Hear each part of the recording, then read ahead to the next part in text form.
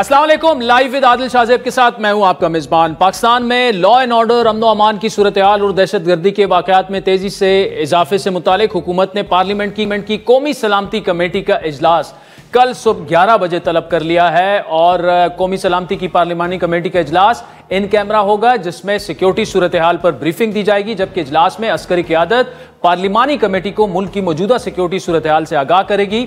कौमी असम्बली हाल में मुनक्किदा इजलास में पार्लिमान में मौजूद तमाम सियासी जमातों के पार्लिमानी लीडर्स और उनके नामजद नुमाइंदे शिरकत करेंगे। मुतालिका काबीना अरकान भी इस इजलास में शिरकत करेंगे। कौमी सलामती कमेटी के इजलास में दहशतगर्दों के खिलाफ मुश्तरका हिकमत अमली स्ट्रैटेजी बनाने पर गौर किया जाएगा। आपको याद दिलाते चलें कि जुमेरात के रोज पीपल्स पार्टी के चेयरमैन बिलावल भुट्टो जरदारी ने कौमी असम्बली में जो खिताब किया था, उनका मुतालबा यह था कि अब वक्त आ चुका है कि नेशनल एक्शन प्लान 2 जो है वो सामने लाया जाए और उस पर अमल किया जाए। वज़ीर आज़म नवाज शरीफ था जब हमने पहली बार नेशनल एक्शन प्लान बनाया। कोई वजह नहीं है कि वज़ीर आज़म शहबाज शरीफ नेशनल एक्शन प्लान 2 नहीं बना सकता है। एक ऐसे वक्त में जब कौमी सलामती की पार्लिमानी कमेटी का इजलास होने जा रहा है, मुल्क मुश्किल सूरत हाल से दो चार है। 2 सूबे दहशतगर्दी की लपेट में हैं। हमारी सिक्योरिटी फोर्सेस फ्रंट फुट पर दहशतगर्दों से नबर्द आजमा हैं और इंतहाई बहादुरी से हैं। ऐसे वक्त में पूरी कौम को मुतफिक होकर पाक फौज की बैक पर खड़े होना चाहिए और वो खड़े भी हैं। इन हालात में मुल्क से बाहर बैठे चंद लोग वन साइडेड प्रोपेगेंडा कर रहे हैं। इदारों और उनके सरबराहान पर इल्जाम तराशी इस कौम की तौहीन और पाकिस्तान के दुश्मनों को मजबूत करने के मुतरादिफ है, लेकिन वो उसमें कामयाब नहीं होंगे क्योंकि अवाम दहशतगर्दी के खिलाफ अपनी मुसल्लह अफवाज की पुष्पनाही पर मुतहद होकर खड़े हैं, मौजूद हैं। और इस वक्त खवारिज और दहशतगर्द अनासिर के खिलाफ फैसला कुन कार्रवाई के लिए जिस कौमी इत्तिफाक राय की जरूरत है वो ना मौजूद है, बल्कि वक्त आने पर अवाम अपनी मुसल्लह अफवाज के साथ शाना बशाना पाकिस्तान के लिए लड़ेंगे।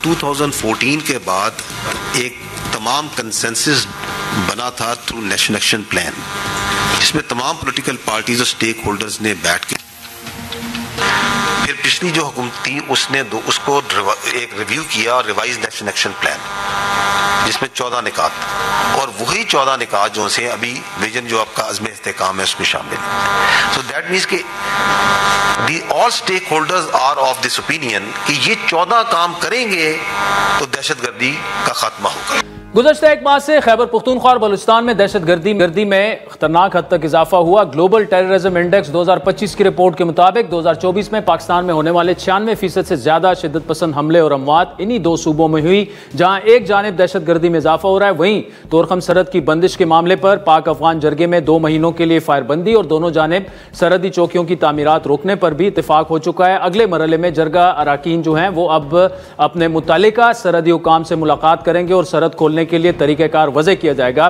खैबर में अहम तिजारती गुजरगाह 22 फरवरी से हर किस्म की आमदोरफ्त के लिए बंद है। दूसरी जानिब पाकिस्तान ने अफगान रेफ्यूजीज के पाकिस्तान में क़याम में तोसी के लिए अफगान तालिबान की दरख्वास्त को मुस्तरद कर दिया है और काबुल को वाज़े अल्फाज में बता दिया गया है कि इस्लामाबाद 1 अप्रैल से तमाम गैर कानूनी और अफगान सिटीजन कार होल्डर्स को मुल्क बदर करने के अपने मंसूबे पर कायम रहेगा। पाकिस्तान ने 7 मार्च को ऐलान किया था कि लगभग 8 lakh Afghan citizen card holders को 31 मार्च तक मुल्क छोड़ने या डिपोर्ट किए जाने का सामना करना पड़ेगा, लेकिन वज़ीर आला खैबर पुख्तूनख्वा अमीनगढ़ ने इस मामले में विफाक की मुखालफत कर दी है। अगर पाकिस्तान की नशर गिरना चाहता है तो क्या अफगानिस्तान दुनिया में नहीं आता?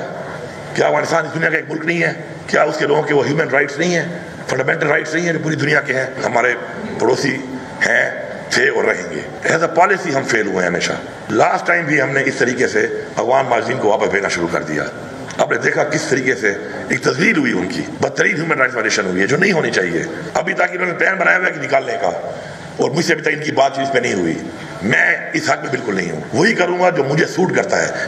अब यहां पर वज़ीर आला KP अली अमीन गंडापुर को एक बात समझनी होगी कि खारजा उमूर, खारजा पॉलिसी, फॉरेन पॉलिसी जो है वो विफाक का डोमेन है और ना कि सूबे का। चाहे वो इनसे पहले उनका मुतालबा था कि मुझे तालिबान से अफगानिस्तान जाकर बात करनी है, या अब इस मामले पर वो जो गुफ्तगू कर रहे हैं ये उनके डोमेन में नहीं आती। ये रियासत का फैसला है, पाकिस्तान का फैसला है और खैबर पुख्तूनख्वा रियासत की एक इकाई है, तो उन्हें मनोअन इस फैसले को ना सिर्फ तस्लीम करना होगा बल्कि इस पर अमल भी करना होगा। सियासत की बात करें, JUI के सरबराह मौलाना फजलुर रहमान ने ईद के बाद हुकूमत के खिलाफ तहरीक चलाने का इंदिया तो दिया, लेकिन ये अभी शोर नहीं है कि वो ये अकेले चलाएंगे या तहरीक इंसाफ के चलाएंगे। उनके मुताबिक जो है वो पीटीआई से इत्तेहाद का फैसला आवरती कौंसिल के इजलास में होगा। मजदूरों के लिए भी राब्ता करें, मुलाजिमीन के लिए भी राब्ता करें, तो खामोश नहीं रहेंगे लोग। जब निकलेंगे हम, पब्लिक आएगी रोडों के ऊपर, फिर कहेंगे मौलाना साहब मुल्क का ख्याल रखे जी, मुल्क का ख्याल रखे, इधर हंगामे हैं, इधर कत्ल गारत गरी है, आप इन हालात में, तो फिर एक जायज बात है, तयशुदा बात है, कमिटमेंट है आपस की, फिर क्यों अमल नहीं कर रहे इसके ऊपर? तो फिर हमारे पास रोने के अलावा और क्या रास्ता होगा?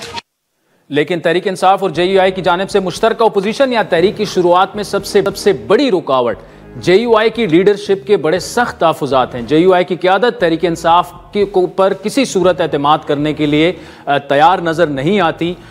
मेरी खुद मौलाना साहब से गुज़श्ता हफ्ते 2 मुलाकातें हुई जिसमें काफ़ी चीज़ें ऑफ द रिकॉर्ड हैं, लेकिन जो हम आपके साथ शेयर कर सकते हैं वो ये है कि जेयूआई का जो कारकुन है वो अभी तक मेंटली तौर पर तैयार नहीं हुआ कि तहरीक इंसाफ के साथ किसी किस्म का इत्तेहाद किया जाए या उनके साथ स्टेज शेयर किया जाए। तो बड़ा मुश्किल लग रहा है कि ईद के बाद तहरीक इंसाफ और जेयूआई मिलकर जो है वो तहरीक चलाएं। तमाम मामलात पर बात करने के लिए प्रोग्राम में हम आगे चलकर बात करेंगे। हमें ज्वाइन करेंगे वफाकी वजीर पीएम जो है अली परवेज मलिक, उनसे भी बात करेंगे। लेकिन पीपल्स पार्टी के सीनियर रहनुमा सैयद नवीद कमर और दिफाई उमूर के माहिर मारूफ कॉलमिस्ट आमिर राना और हसन खान भी हमें ज्वाइन करेंगे। इस वक्त बात करेंगे मुल्की मईशत की। पाकिस्तान और IMF के दरमियान $7 अरब के कर्ज प्रोग्राम के पहले जायजे के स्टाफ लेवल मुआहदे में किसी हतमी मुआहदे तक तो नहीं पहुंचा जा सका, लेकिन IMF ने इसमें अहम पेशरफ्त और मुज़ाकरात को हतमी शिकल देने के लिए वर्चुअल बातचीत जारी रखने का ऐलान किया है। IMF और पाकिस्तान के दरमियान जायजे के लिए IMF का वफ्द नाथन पोर्टर की क़यादत में 24 फरवरी से 14 मार्च तक इस्लामाबाद में मौजूद रहा, जिसके बाद IMF की जानिब से जो एलामिया जारी हुआ उसमें यह कहा गया कि पाकिस्तान और IMF ने स्टाफ लेवल मुआहदे के लिए नुमाया पेशरफ्त की है। बड़ी मुस्बत बात है। और पाकिस्तान ने कर्ज प्रोग्राम की शराइत पर सख्ती से अमल दरामद भी किया। पाकिस्तान ने हुकूमती कर्जों को कम करने के लिए सख्त माशी इकदाम किए, महंगाई कम करने के लिए सख्त मॉनेटरी पॉलिसी अपनाई गई, बिजली की पैदावारी लागत को कम करने के लिए इस्लाहात की गई, जबकि माशी शरह नमू यानी GDP को बढ़ाने के लिए इस्लाहाती एजेंडे पर अमल दरामद भी किया गया। यह IMF का कहना है। पाकिस्तान के साथ $7 अरब कर्ज प्रोग्राम पर जायजे के लिए बातचीत हुई और पाकिस्तान के साथ क्लाइमेट फाइनेंसिंग के लिए भी बातचीत हुई। पाकिस्तान के साथ कर्जों की अदायगी की मैनेजमेंट, तवानाई के शुबे में लागत कम करने और तवानाई शुबे की बेहतरी, माशी तरक्की की शरह बढ़ाने और क्लाइमेट चेंज के असरात कम करने पर भी तबादला ख्याल हुआ। IMF के मुताबिक क्लाइमेट रिफॉर्म्स एजेंडे पर मुज़ाकरात किए गए और पाकिस्तान को मौसमियाती तब्दीलियों से निपटने के लिए मुमकिना तौर पर फंड्स भी फराहम किए जाएंगे। वफाकी वजीर खजाना मोहम्मद औरंगजेब के मुताबिक IMF प्रोग्राम पर अमल दरामद मजबूत रहा है और हुकूमत ने आलमी मालियाती इदारे के साथ मुज़ाकरात में नुमाया पेशरफ्त की है। IMF के साथ पाकिस्तान के मुज़ाकरात पर इत्मीनान का इज़हार करते हुए उन्होंने कहा कि मुस्बत मुशावरत आइंदा हफ्ते भी जारी रहेगी। IMF पाकिस्तान के इक़दामात को सराह रहा है, लेकिन ऐसे में पाकिस्तान को ग्रोथ रेट बढ़ाने और FBR के 600 अरब रुपए के शॉर्टफॉल जैसे चैलेंजेस का भी सामना है। लेकिन FBR के सालाना टैक्स वसूली के हदफ 0.6 ट्रिलियन रुपए की कमी जो हुई है उस पर गवर्नमेंट की क्या स्ट्रेटेजी है। उसके बाद IMF के सालाना टैक्स वसूली के हदफ को 12.9 ट्रिलियन रुपए से कम करके 12.3 ट्रिलियन रुपए कर दिया गया।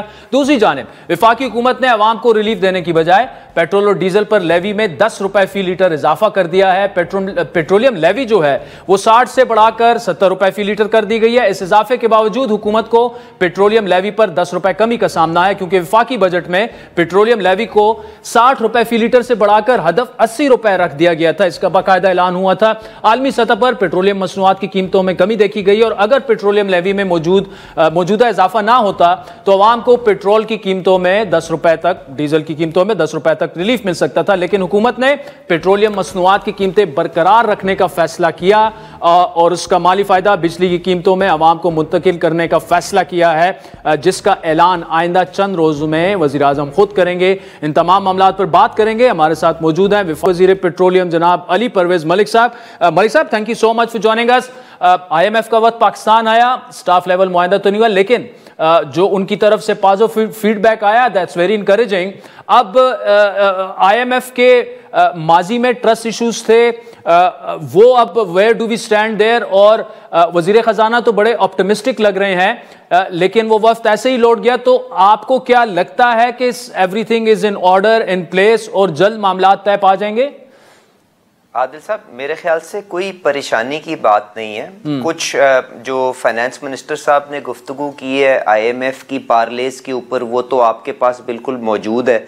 इसके अलावा मेरी भी जो इंटरेक्शन हुई थी विजिटिंग जो सारी डेलीगेशन थी उसके साथ, तो यकीन माने वो बहुत कंफर्टेबल हैं और वो बल्कि इस हद तक तारीफ़ कर रहे थे कि जो रास्ता शहबाज शरीफ साहब ने इस्लाहात का तय किया है, कि उन्होंने कहा कि हमने इस किस्म की सपोर्ट, इस किस्म की implementation on the IMF programme पिछले 25-30 साल में नहीं देखी। तो जो छोटी छोटी चीज़ें रह गई हैं जिसके ऊपर अलाइनमेंट की जा रही है, all major issues have been agreed upon, drafts have been exchange, उसके बाद SLA भी अगले चंद दिनों के अंदर, हफ्ते के अंदर आपके सामने आ जाएगा। तो they should be nothing to worry about.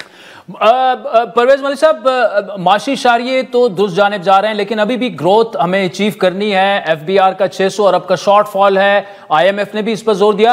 अब दूसरा बड़ा इशू जो है, ऐसे शुबे फॉर एग्जांपल रियल स्टेट की अगर बात की जाए जिसमें टैक्स वसूली में जो है वो कमी है, तो उसको भी थोड़ा सा इकदामात करके ऊपर लाना होगा। क्या इन शोबों को टैक्स नेट में लाने के लिए जो है एक ऐसे वक्त में जब हमें ग्रोथ की तरफ जाना है, कितना चैलेंजिंग साबित होगा? देखें आदिल साहब, ग्रोथ यकीनन बहुत ज़रूरी होती है किसी भी मुल्क को तरक्की के सफ़र पे डालने के लिए, पर ये वाला जो एक्सपेरिमेंट है ना, हमने 70 साल में बड़ी दफ़ा करके देखा है। तो मेरी आप जैसे दोस्तों से जो मईशत को कीनली फॉलो करते हैं, उनसे सिर्फ यही उम्मीद होगी कि इस दफ़ा हम क्वालिटी ऑफ ग्रोथ के ऊपर भी ध्यान देंगे। ये वो बूम एंड बस्ट वाली ग्रोथ नहीं होगी, इसको हम देरपा और पायदार और जामे तरक्की की तरफ हमें लेके जाना है। तो काइंडली प्लीज़ ऑल्सो डिफ्रेंशिएट कि क्या शहबाज शरीफ साहब इस दफ़ा मुख्तलिफ करना चाह रहे हैं। तो उसके लिए आपको जो स्टेबलाइजेशन हासिल करनी थी, क्योंकि आप बिल्कुल दिवालियापन के नहज पे खड़े हुए थे, उसका पहला स्टेप यही था कि आप स्टेबलाइजेशन अचीव करते। आपने स्टेबलाइजेशन अचीव की, उसको एंकर किया IMF प्रोग्राम के साथ, और उसके समरात गिरती हुई महंगाई, बढ़ता हुआ कॉन्फिडेंस जो इन्वेस्टर्स का आपकी मईशत के अंदर नज़र आ रहा है, आपकी डॉलर बॉन्ड्स की प्राइसेस में बढ़ावा, ये सारी चीज़ें उसकी तरफ निशानदही करती हैं। अब यहाँ से हमें वो ग्रोथ का सफ़र, जो पायदार और जामे ग्रोथ का सफ़र यहाँ से तय करना है। उसके लिए इस्लाहात, जो सप्लाई साइड के ऊपर जो हमारे प्रेशर्स, जिस तरह से हम एक्सेलरेटर पे पैर दबाते हैं, उनको किस तरह से अटेंड करेगी, this is what is going to differentiate how this program is different from the last time. तो यहाँ पे जो शहबाज शरीफ साहब ने जो जामे प्रोग्राम तरतीब दिया था होम ग्रोन एजेंडे का, उसके अंदर फाइनेंशियल इंक्लूजन और जो फाइनेंशियल कंसोलिडेशन एक उसके अंदर बुनियादी नुक्ता रखती है, बुनियादी अहमियत रखती है। तो जब आप फाइनेंशियल कंसोलिडेशन की बात करते हैं, तो उसके अंदर टैक्स रेवेन्यूज को बढ़ाना, और ना सिर्फ बढ़ाना शाहजेब साहब, उसके साथ साथ जो अंडर टैक्स्ड एंड अनटैक्स्ड लोग हैं उनके ऊपर बोझ को रिकैलिब्रेट करना, क्योंकि आप तनख्वाहदार लोगों के ऊपर दूध के डब्बे के ऊपर टैक्स लगा के इस निज़ाम को नहीं चला सकते। तो उसके लिए जो डिजिटलाइजेशन का इनिशिएटिव शहबाज साहब आगे स्टीयर खुद कर रहे हैं, उसकी ये मेरे ख्याल से अर्ली विंस भी आना शुरू हो गई हैं। और ये जो 600 अरब का शॉर्टफॉल है ना शाहजेब साहब, इसके ऊपर ज्यादा परेशान होने की जरूरत नहीं है। वो इसलिए क्योंकि अगर आपके मुल्क के अंदर महंगाई, जो जब बजट बनाया गया तो 11-12% उसका तखमीना लगाया गया, आज वो 2% के ऊपर आ गई है, तो ऑटोमेटिकली जो रुपी वैल्यू है वो खुद ब खुद ही कम हो जाएगी। तो what you should look at is के जी आपका टैक्स टू GDP की जो शरह है, जो परसेंटेज है, क्या वो ठीक ट्रैक के ऊपर है कि नहीं है। तो जो IMF ने हमें टारगेट दिया था वो तकरीबन 10.6% टैक्स टू GDP का था, और जो आखिरी क्वार्टर, ये जो सेकंड क्वार्टर क्लोज हुआ है, इसके अंदर वो शरह जो हमने हासिल की वो बियॉन्ड दैट 10.6% का नंबर था। तो Pakistan is on the right track. अब कोई मिनी बजट, कोई इस किस्म के एडिशनल टैक्सेशन मेजर्स नहीं आ रहे, हमें सिर्फ डिजिटलाइजेशन और अच्छी इन्फोर्समेंट के जरिए, और जो हमारी लिटिगेशंस जो कोर्टों के अंदर साल से फंसी हुई हैं, उसके जरिए इंशाल्लाह ताला जो रिवाइज टारगेट IMF को होगा, उसके ऊपर FBR कंफर्टेबली उसको मीट करेगी। अच्छा अली साहब, हुकूमत के पास ऑप्शन था कि 10 रुपए पेट्रोलियम की कीमतों में कमी करे, लेकिन 10 रुपए लेवी में इजाफा कर दिया गया, आवाम को रिलीफ नहीं मिला। दूसरी जानिब वफाकी हुकूमत ने बजट में पेट्रोलियम लेवी को 60 से बढ़ाकर फी लीटर जो था 80 रुपए करने का ऐलान किया था, अभी भी वो मुकम्मल नहीं हुआ, 10 रुपए अभी आप पीछे। तो कब तक लेवी का टारगेट पूरा हो जाएगा? ताकि ये जो रिलीफ है वो आप आवाम को दें और एक ट्रिकल डाउन इफेक्ट शुरू हो, जो कि आपकी परफॉर्मेंस है उसका? देखें आदिल साहब, गुजारिश ये है कि अगर हमने पायदार और वो जो जामे तरक्की जिसकी तरफ मैंने इशारा किया, अगर उस सफ़र पे चलना है ना, तो उसके अंदर एक बुनियादी रुकावट जो हमारे सामने खड़ी है वो खित्ते के अंदर जो पाकिस्तान में महंगी तरीन बिजली है वो है।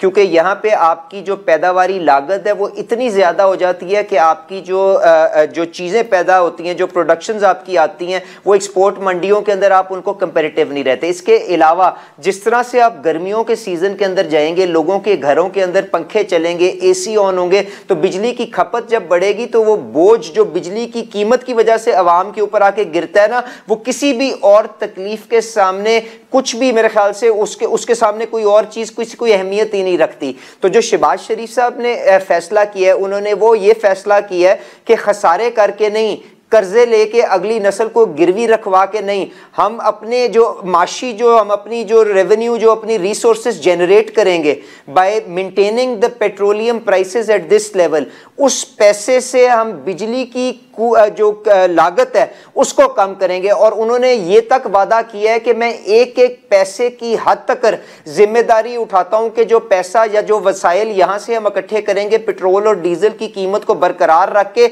ना सिर्फ वो पर इससे कहीं गुना ज्यादा वसाइल को इस्तेमाल करते हुए मैं एक मटीरियल बिजली की रेट के अंदर रिडक्शन अक्रॉस द बोर्ड, फैक्ट्रियों के लिए, एक्सपोर्ट के लिए, कमर्शियल के लिए और सबसे ज्यादा जरूरी हमारे आम सारिफ के लिए across the board material reduction वो अगले चंद हफ्तों के अंदर, बल्कि इसी महीने के अंदर अनाउंस करने जा रहे हैं। तो अगर ये चीज हम सामने रखें कि महंगी तरीन बिजली और सस्ता तरीन पेट्रोल इस खित्ते का पाकिस्तान में था, तो अगर उसको रिकैलिब्रेट करें, इस चीज को भी रखें कि शहबाज शरीफ साहब ने अपने अदवार के अंदर पिछली हुकूमत के अंदर 330 रुपए के पेट्रोल की कीमत को गिरा के 255 रुपए के ऊपर ले आए हुए हैं। इस हुकूमत के अंदर तकरीबन 25-30 रुपए की रिलीफ पेट्रोल के अंदर वो पहले दे चुके हैं। तो अगर यहां पे कीमतें बरकरार करके अगर वो बिजली एक मटीरियल अंदाज के अंदर, खातिर ख्वा अंदाज के अंदर अगर रिड्यूस कर देते हैं गर्मियों के सीजन में जाने से पहले, जिससे लोगों का बोझ भी हल्का हो जाता है, हमारी कंपेरेटिव भी इंडस्ट्री हो जाती है, चिमनियां दोबारा से उसके अंदर से धुआं देने लग पड़ती हैं, फैक्ट्रियां बहाल हो जाती हैं, तो मेरे ख्याल से ये कोई घाटे का सौदा नहीं है। तकलीफ जरूर है, पर इसको सही जगह के ऊपर अगर हम सर्व करके पाकिस्तान को पायदार तरक्की के ऊपर हम डाल देते हैं तो it will be a win win का सौदा। मैं इस पे इतनी गुजारिश करूंगा। और बाकी जो बड़ी अनाउंसमेंट है वो वजीर आजम साहब चंद दिनों में आपके सामने खुद पेश कर देंगे और आपको बिल्कुल डिसअपॉइंट नहीं करेंगे। अच्छा, तो एक और अहम मामला, हुकूमत ने सोलर जो सार्फिन है जिन्होंने सोलर पैनल्स लगाए हुए हैं उनसे हासिल होने वाली बिजली की कीमतों में कमी का फैसला किया है। यानी आप जो यूनिट 27 रुपए में खरीद रहे थे सार्फिन से, अब उसकी कीमत 10 रुपए तक गिर गई है। उससे सार्फिन को, मिडिल क्लास सार्फिन को बड़ी हिट पड़ेगी। हुकूमत का मौकिफ तो यह है कि सोलर सार्फिन का बोझ जो है वो ग्रिड सार्फिन पर पड़ रहा है, लेकिन अगर मिडिल और लोअर क्लास सार्फिन सोलर पर चले गए हैं, अब वो सोलर लगाना छोड़ देंगे। क्या वजह है इस पॉलिसी के पीछे? 60 रुपए फी यूनिट अगर कोई अफोर्ड नहीं कर सकता और वो सोलर पर चला जाता है, अब वहां सोलर पर भी जो रिलीफ उनको मिल रहा था वो वापस ले लिया जाएगा। आदिल साहब, सबसे पहले तो ये कि जो लोग सोलर के ऊपर ग्रीन मीटर लगवा चुके हैं उनके किसी कॉन्ट्रैक्ट के अंदर कोई तब्दीली नहीं लाई जा रही। वो उसी तरह उसको लाइसेंस के मुताबिक उस बेनिफिट को अवेल करते रहेंगे। ये जो पॉलिसी के अंदर तब्दीली आई है ये प्रोग्रेसिव बेसिस के ऊपर आई है ताकि लोग अपने फैसले एक एजुकेटेड अंदाज के अंदर कर सकें। अब गुजारिश ये है कि जब बिजली की लागत ही शहबाज शरीफ साहब एक बड़े अंदाज में कम करने जा रहे हैं और उसके बाद जो ग्रिड से बिजली अवेलेबल होगी वो कहीं ज़्यादा अट्रैक्टिव या कहीं ज़्यादा वर्केबल हो जाएगी, तो लोगों को ये अननेसेसरी अपनी जो है इन्वेस्टमेंट करने की जरूरत नहीं पड़ेगी। वो उससे कोई अपनी रोजमर्रा की अशिया, अपने लिए कोई गाड़ी या किसी और चीज के ऊपर वो पैसे सर्व कर सकेंगे। जो बुनियादी सोच आदिल साहब वो इस इंटरवेंशन के पीछे है वो ये है कि जो ग्रिड है उसको चलाने के लिए तकरीबन 3-4 हज़ार अरब का सालाना खर्चा आपको होता है। और अगर उसके अंदर अगर जो डिनोमिनेटर है, जो यूनिट कंजम्पशन है, अगर वो गिरती चली जाए तो जो लोग पीछे रह जाएंगे, जो कमजोर तरीन लोग होंगे, जो सोलर की इन्वेस्टमेंट नहीं कर सकते होंगे, जो पैनल नहीं खरीद सकते होंगे, तो ये जो खर्चा है वो एक छोटी बेस के ऊपर डिवाइड करना पड़ेगा, जिसका मतलब ये यूनिट और ज्यादा महंगा होता जाएगा। तो हम उसको कीमत घटा के और कंजम्पशन को ग्रिड पे मैक्सिमाइज करके कोशिश कर रहे हैं कि बिजली को आम सारिफ की कुव्वत खरीद के अंदर ले हैं। एंड ये वो सोच है जिसके मुताबिक ये पॉलिसी चेंज की जा रही है। बट कोई लोग जो ग्रीन मीटर के ऊपर कन्वर्ट कर चुके हुए उनके लिए कोई रद्दोबदल नहीं की जा रही। और आज भी अगर कोई आप जैसा आदमी जिसकी 20-25 लाख रुपए माहाना तनख्वाह है, अगर वो माशाल्लाह उसके ऊपर इन्वेस्ट करना चाहे तो वो 2.5-3 साल 4 साल के अंदर फिर भी अपनी पेमेंट रिकवर कर लेगा। पर हम अपनी हर इंटरवेंशन ऐसी करेंगे जिससे आपकी ग्रिड की बिजली ही इतनी सस्ती हो जाए कि वो आप 20 लाख रुपए की अपनी मर्जी से जाके गाड़ी खरीदने, आप उसके ऊपर सोलर के ऊपर जाया ना करें। बड़ी खूबसूरती से आप मेरी तनख्वाह का जिक्र करें, मैं ज्यादा उसमें डिटेल भी नहीं जाना चाहता। वर्ल्ड बैंक 20 अरब डॉलर की सरमायाकारी जो अनाउंस हुई है हेल्थ में और एजुकेशन सेक्टर में, क्लाइमेट चेंज पर, जिसकी हमें जरूरत भी है। अब फाइनेंस मिनिस्टर ने ब्रीफिंग तो उन्हें दी है, लेकिन ऑन द ग्राउंड हमारे पास उसकी पॉलिसी, क्या कोई डॉक्यूमेंट है, क्या कोई इंप्लीमेंटेशन का प्लान हमारे पास मौजूद है, या मतलब गुज़श्ता हुकूमतों की तरह हवा में बातें होंगी, सरमायाकारी आ जाएगी, लेकिन ना तो लिटरेसी रेट बढ़ेगा, ना आउट ऑफ स्कूल चिल्ड्रन जो हैं उनकी तादाद में कमी आएगी, ना क्लाइमेट चेंज के जो चैलेंजेस हैं ना वो हम मीट कर पाएंगे, सिर्फ इन्वेस्टमेंट आएगी और इन्वेस्टमेंट गुम हो जाएगी। आदिल साहब, ये जो इन्वेस्टमेंट जिसकी तरफ आप इशारा कर रहे हैं, पहली बात तो ये किसी एक साल के अंदर नहीं आनी।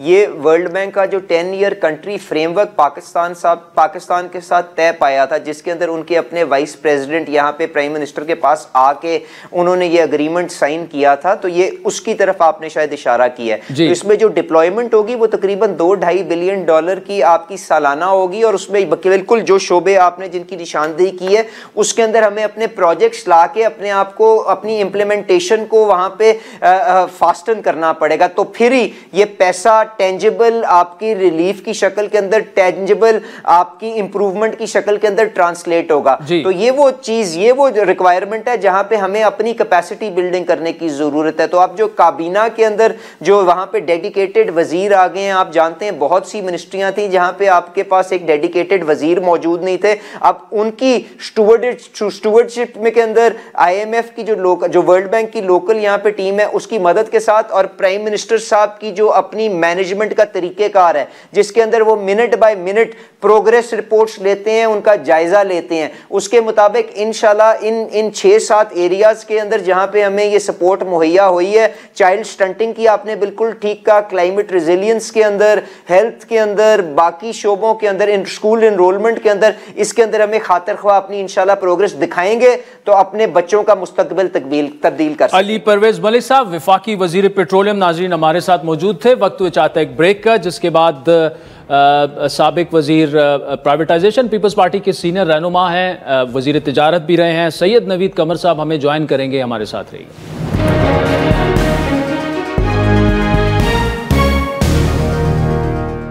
वेलकम बैक नाज़रीन। ब्रेक से पहले वफाकी वजीर पेट्रोलियम अली परवेज मलिक की तफसीली गुफ्तगू आपने सुनी। इस वक्त पीपल्स पार्टी के सीनियर रहनुमा सैयद नवीद कमर साहब हमारे साथ मौजूद हैं। नवीद कमर साहब, गुज़श्ता एक हफ्ते में जो बलूचिस्तान में हुआ, KP में जो वाक़यात हुए, very disturbing for the entire country. अब जिस तरह से ये दहशतगर्दी बढ़ रही है, बड़ी तेज़ी से उसमें इजाफा हुआ, उसमें एक्सटर्नल एलिमेंट्स की इन्वॉल्वमेंट जो है वो भी ऑफ कोर्स एक बहुत बड़ा फैक्टर है, लेकिन जो इसको लॉन्ग टर्म स्ट्रेटेजी जो होनी चाहिए, जिस तरीके से इसको टैकल किया जा रहा है मरकजी हुकूमत की जानिब से, और बलूचिस्तान में तो आपकी हुकूमत है, क्या हम दुरुस्त सिमत में जा रहे हैं? कितने सेटिस्फाइड हैं आप? नहीं, ऑब्वियसली अगर जो वाक़यात हो रहे हैं उन सबको देखा जाए तो कोई भी सेटिस्फाइड नहीं होगा। तो certainly I will not add my voice on that. कई चीजें हैं और करने वाली। लास्ट टाइम APS के बाद जो नेशनल एक्शन प्लान बना था उस पर भी सही मानों में अमल नहीं हुआ। हमारा ये प्रॉब्लम है ओवरऑल सोसाइटी का भी कि जब कोई चीज होती है तो उस वक्त सारा फोकस आ जाता है एंड यू फील के बड़ी इज वेरी सीरियस, लेकिन टाइम के साथ फिर वो चीजें भूल जाते हैं और प्रायोरिटीज चेंज हो जाती हैं।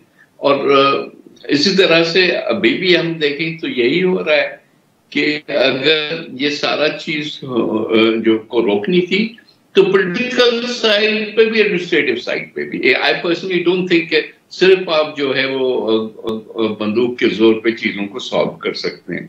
तो पॉलिटिकल साइड पे तो बिल्कुल ही एफर्ट नहीं हो रहा था, और जो एडमिनिस्ट्रेटिव साइड का भी एक हद तक हो रहा था।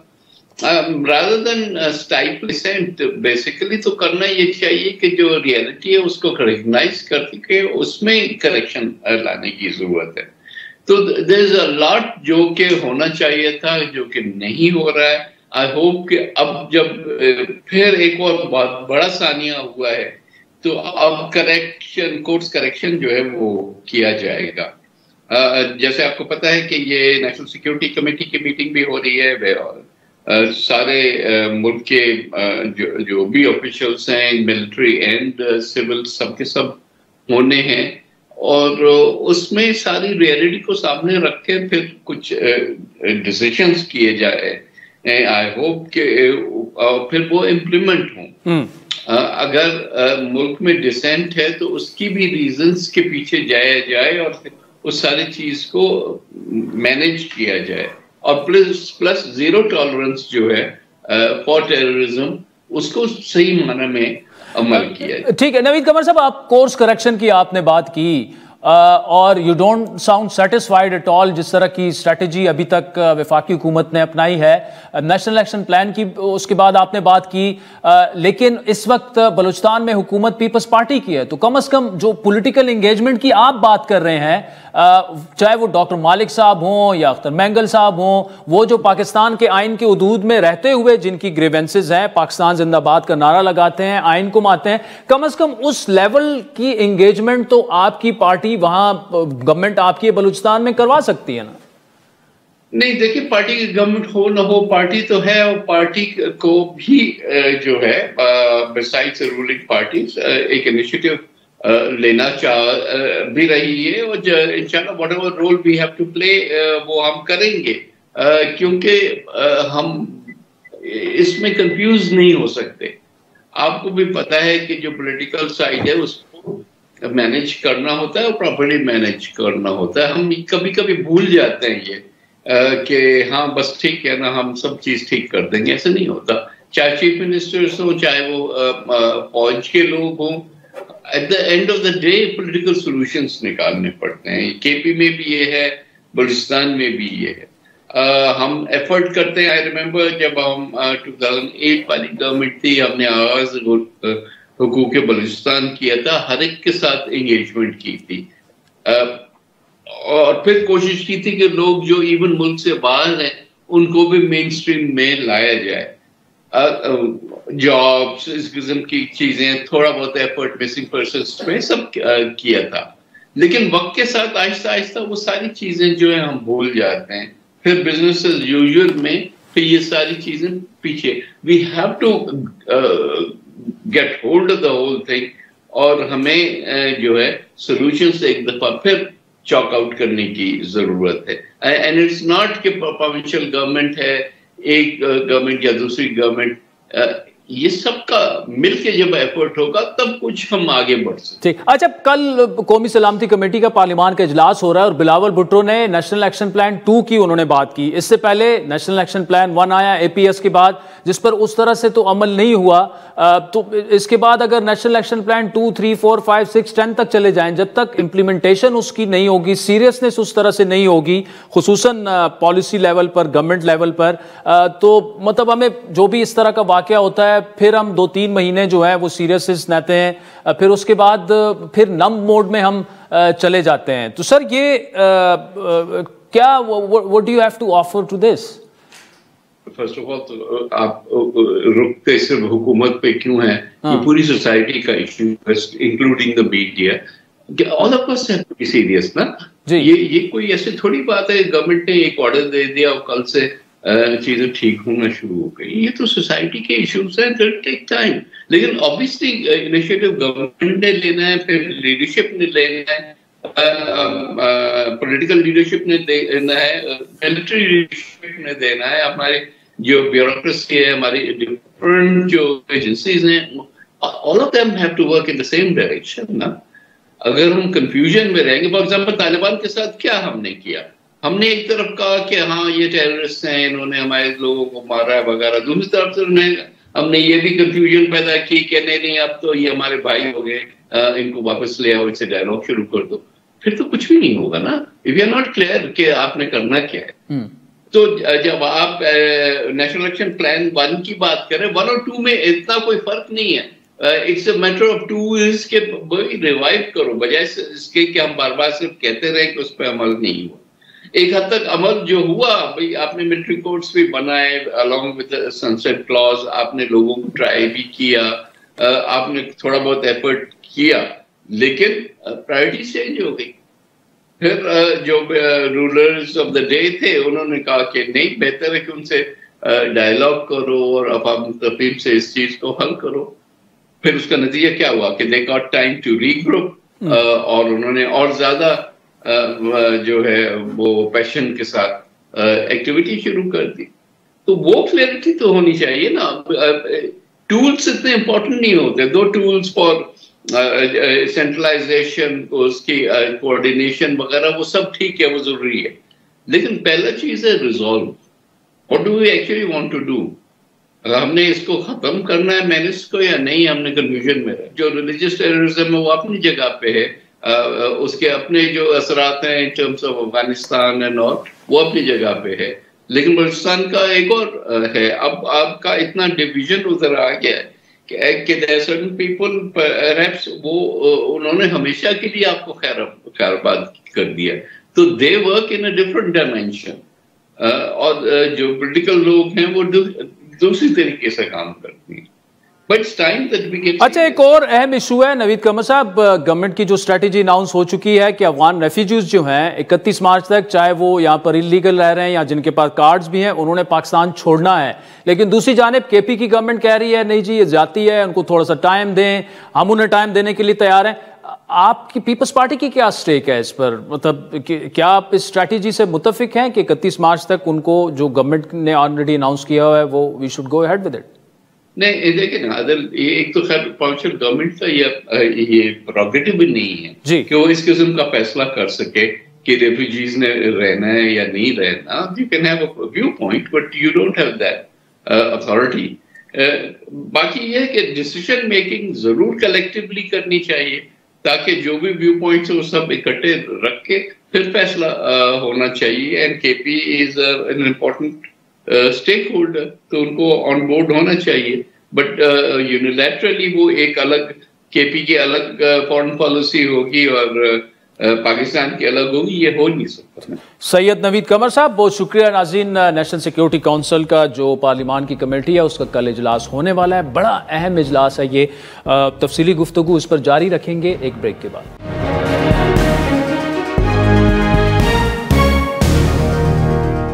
वेलकम बैक नाज़रीन। ब्रेक से पहले विफाकी वजीर पेट्रोलियम अली परवेज मलिक और सैयद नवीद कमर साहब की तफसीली गुफ्तगू आपने सुनी। इस वक्त पिप्स के सरबरा मारूफ कॉलमिस्ट और एनालिस्ट आमिर राना साहब हमारे साथ मौजूद हैं। बलूचिस्तान की सूरत हाल पर गुफ्तगू करेंगे। आमिर राना साहब, अब वे फॉरवर्ड क्या है आगे? लग तो यही रहा है कि शायद एक ग्रैंड ऑपरेशन की तैयारी हो रही है और वो होना भी चाहिए, जिसका ऐलान 2-3 महीने पहले हो चुका है, लेकिन कितना मुश्किल होगा हुकूमत के लिए आगे चलना, और आपके ख्याल में हिकमत अमली हुकूमत की होनी क्या चाहिए?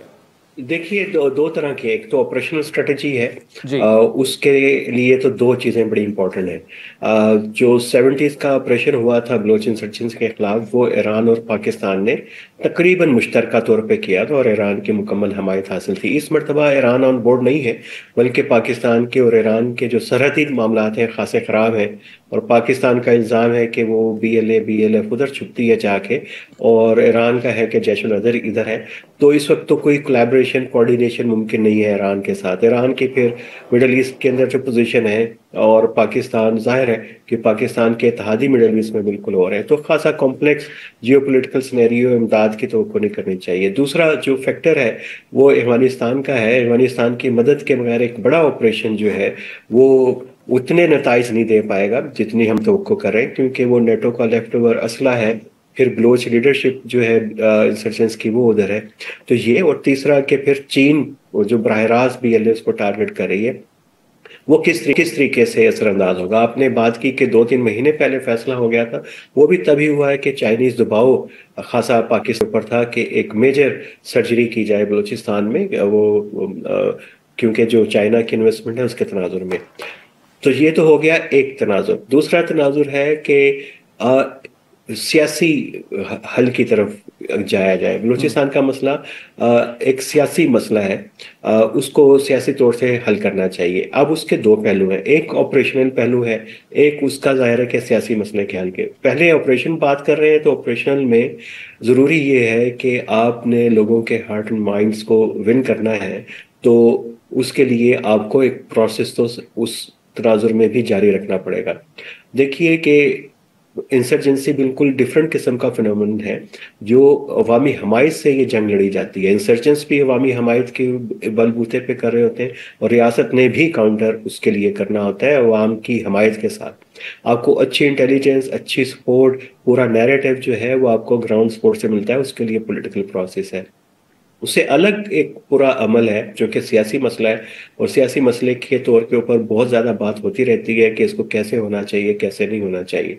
तो ये तमाम चीज़ें हैं, और उसमें सिर्फ ऑपरेशनल स्ट्रेटजी पे ही रहेंगे तो शायद इतनी इफेक्टिव ना हो जब तक उसके अंदर एक पॉलिटिकल जो उसका कंपोनेंट है वो साथ उतना ही इफेक्टिव और उतना ही एक्टिव हो जितना कि ऑपरेशन। अच्छा आमिर खान साहब, ये बताइएगा कि जो बीएलए गुज़श्ता साल डेढ़ साल से जिस तरह सिविलियंस पर हमले किए जा रहे हैं उसकी काफ़ी मजम्मत भी हुई, और अदरवाइज मतलब बलूचिस्तान में जो लोग इल्ज़ाम लगाते रहे कि इंसानी हुकूक की खिलाफ वर्जियाँ हैं, और उन्होंने मतलब मॉरली भी सपोर्ट करना शुरू कर दिया था बीएलए जैसी ऑर्गेनाइजेशंस को, लेकिन जिस तरह से उन्होंने तशद्दुद का रास्ता अपनाया, निहत्ते पाकिस्तानियों को शिनाख्ती कार्ड देकर मारने का सिलसिला शुरू किया, और फिर ये जो ट्रेन जाफर एक्सप्रेस वाला एपिसोड था, इस पर तो वाइडली वो मुमालिक, वो ऑर्गेनाइजेशन जो कि इनकी मॉरली इनके हक में बोलते थे, वो भी अब इसको बिल्कुल वाइडली कंडेम कर रहे हैं। तो बीएलए को तो काफी डेंट पड़ा इन तमाम मामलात के बाद। देखिए कुछ फर्क तो पड़ा है, लेकिन फिर उसमें मसला एक तो ये है कि बीएलए की पूरी कोशिश ये है कि वेस्ट से जो है वो अपनी हमायत ली जाए बीएलए के लिए, कि बीएलए जो बुनियादी तौर के ऊपर एक लेजिटिमेट तहरीक चला रहा है आज़ादी की, सेपरेटिज्म की, तो उसके लिए उसको बहुत इफेक्टिव उसकी लॉबिंग है, जिसमें बहुत क्लियर शवाहिद है कि इंडिया की पूरी उसको सपोर्ट हासिल है इस कैंपेन के अंदर। तो वो तो एक जगह के ऊपर है, और अभी मुकम्मल तौर के ऊपर अबेंडन करने का बीएलए को, और वो इस तरह का मगरिब की तरफ से नहीं है, ना ही हमारे जो दोस्त ममालिक हैं, अरब ममालिक हैं, उनकी तरफ से इस तरह का कोई इंडिकेशन अभी तक भी आया है।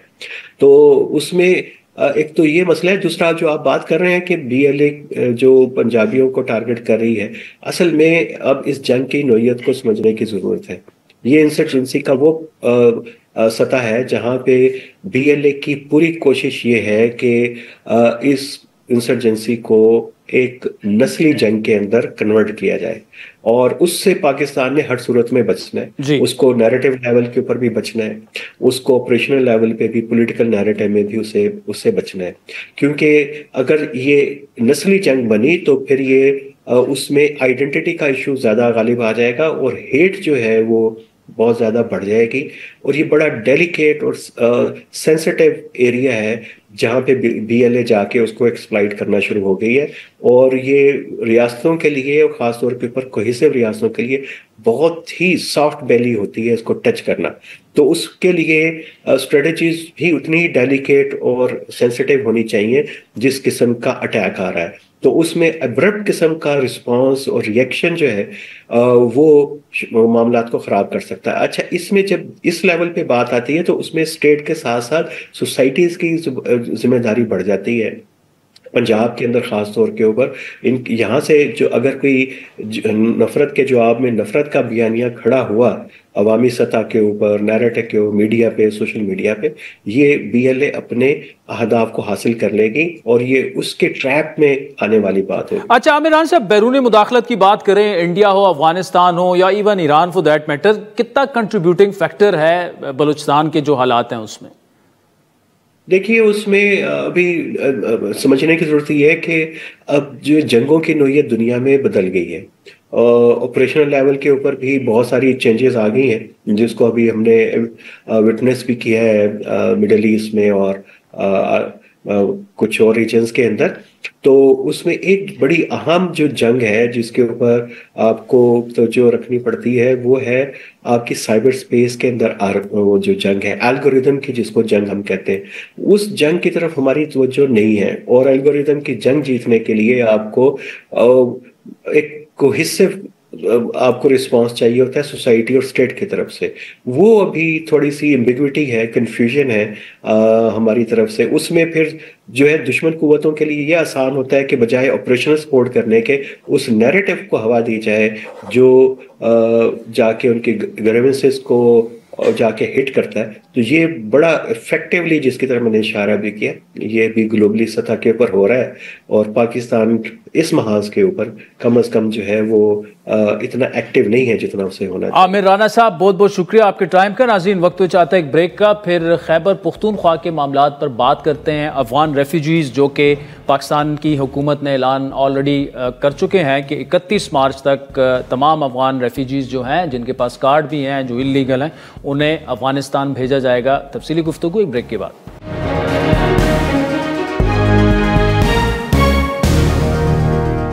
वेलकम बैक नाज़रीन। ब्रेक से पहले आमिर राना की गुफ्तगू आपने सुनी। इस वक्त पाकिस्तान के मारूफ जर्नलिस्ट हसन खान साहब हमारे साथ मौजूद है। हसन खान साहब, टेररिज्म की जो वेव हमने देख रहे हैं उसमें बड़ी सर्ज आई, चाहे बलूचिस्तान की बात करें, केपी की बात करें। In the mean time government ने एक डिसीजन लिया कि 31 मार्च तक अफगान रेफ्यूजीज जिसके पास इवन कार्ड्स भी मौजूद हैं, लीगली रह रहे हैं, इनलीगली रह रहे हैं, उन्हें मुल्क छोड़कर जाना पड़ेगा।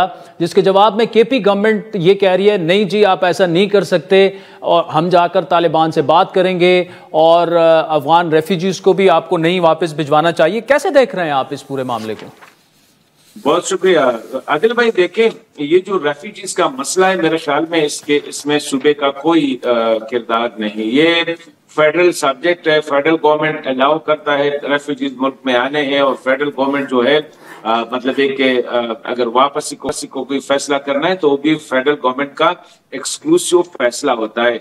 तो मैं नहीं समझ रहा हूँ कि इसमें ये जो अमीन खान ने बात की है वो सिर्फ थोड़ा सा, वो जो आपको पता है कि हमारे जो तहरीक इंसाफ के भाई हैं, ये जरा सोशल मीडिया पे ज्यादा ये फोकस रहते हैं, और वहाँ के जो ट्रैफिक होती है उसके लिए ज्यादा ये केयरफुल रहते हैं। तो ये जो चौड़ा है, सोशल चौड़ा है, ये मुझे तो लग ऐसा रहा है कि सिर्फ सोशल मीडिया पे और कुछ सिंपैथीज लेने के लिए, कि शायद ये जो फितने खवारिज या टीटीपी वाले हैं उनमें जो अफगान है, ऑलरेडी पाकिस्तान तहरीक इंसाफ का अफगानिस्तान में जो इनकी जो है वो एक सॉफ्ट है, तो हो सकता है कि वो भी बजाय इसके कि यहाँ से वो के लिए खैबर पख्तूनख्वा की जो हुकूमत है, स्पेशली पाकिस्तान तहरीक इंसाफ की, तो ये थोड़ा सिंपैथेटिक है toward the Afghan and the Afghan refugees. साथ ही आपको आदिल भाई ये भी पता होगा कि ये जो इस वक्त अली अमीन खान को और बाकी जो सूबे की जो लीडरशिप है उनको थ्रेट्स है, और ये अली अमीन खान ने जो बात की है ये सिर्फ बात तक है, बाकी आगे वो वही करेगा जो मरकज में, क्योंकि हमेशा जो भी इस तरह मसाइल आए हैं तो Ali Amin Khan has proved that he is the more loyal than the other chief ministers. जब खैबर पख्तूनख्वा की तरफ से कोई मरकज की तरफ से कोई डिसीजन आता है तो ये मुझे लगा कि सिर्फ सोशल मीडिया के लिए और उसी की हद तक है, इसको इतना सीरियस। अच्छा हसन खान साहब, बलूचिस्तान और केपी की सिचुएशन जो है, क्या आप समझते हैं इसे डिफरेंटली ट्रीट करने की जरूरत है? मतलब पहले नेशनल एक्शन प्लान हमने देखा कि वो तो टीटीपी और फितने खवारिज के खिलाफ था, और वहां पे केपी में जो कुछ हो रहा है वो दहशतगर्दी जो है वो मजहब के नाम पर कर रहे हैं। दूसरी जानिब बलूचिस्तान का जो मामला है वो अलहदगी की बात कर रहे हैं। तो दो मुख्तलिफ नजरियात पे ये लोग दहशतगर्दी कर रहे हैं। और तो आपका क्या ख्याल है, जो बिलावल भुट्टो साहब कह रहे हैं कि अब नेशनल एक्शन प्लान 2 होना चाहिए ताकि इन दोनों सिचुएशन को एड्रेस किया जा सके, या जो पहला नेशनल एक्शन प्लान है उसी को कंटिन्यू करना चाहिए? देखिए, पहली बात तो यह है आदिल भाई के दहशतगर्द है, खा वो मजहब का नाम इस्तेमाल करे, खा वो नेशनलिज्म का इस्तेमाल करे, खा वो सियासत जो भी है, लेकिन अगर वो दहशतगर्दी कर रहा है तो वो सिंपल वो टेररिस्ट है। तो BLA है या TTP है, ये जो आम बेगुनाह लोगों को कत्ल करते हैं तो उनको दहशतगर्द ट्रीट करना पड़ेगा। हाँ, ये जरूर है कि खैबर पख्तूनख्वा में जो दहशतगर्दी हो रही है एक तो इसके जो ज्यादातर लिंक्स है वो अक्रॉस द बॉर्डर है, वो अफगानिस्तान है, उनकी लीडरशिप वहां पे बैठी, वहां पता है कि वहां से कंट्रोल कर रही है और उनका कोई एजेंडा नहीं है, उनकी कोई पॉलिसी नहीं है। अब बलूचिस्तान वाला जो है वो भी जो है मतलब है कि वो भी बाहर उनके एलिमेंट्स है, लेकिन इंटरनल उनके डायमेंशन है। खैबर पख्तूनख्वा में न दीन का मसला है, न शरीयत का मसला है, न इस्लाम का मसला है, न लोग जो है वो लादीन है या गैर दीन है।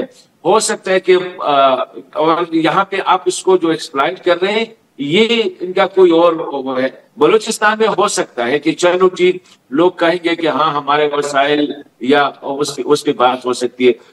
मैं समझता हूं कि जो नेशनल एक्शन प्लान 1 था जो 2014 दिसंबर 2014 में जो तैयार किया गया था वो एक क्लासिक डॉक्यूमेंट था।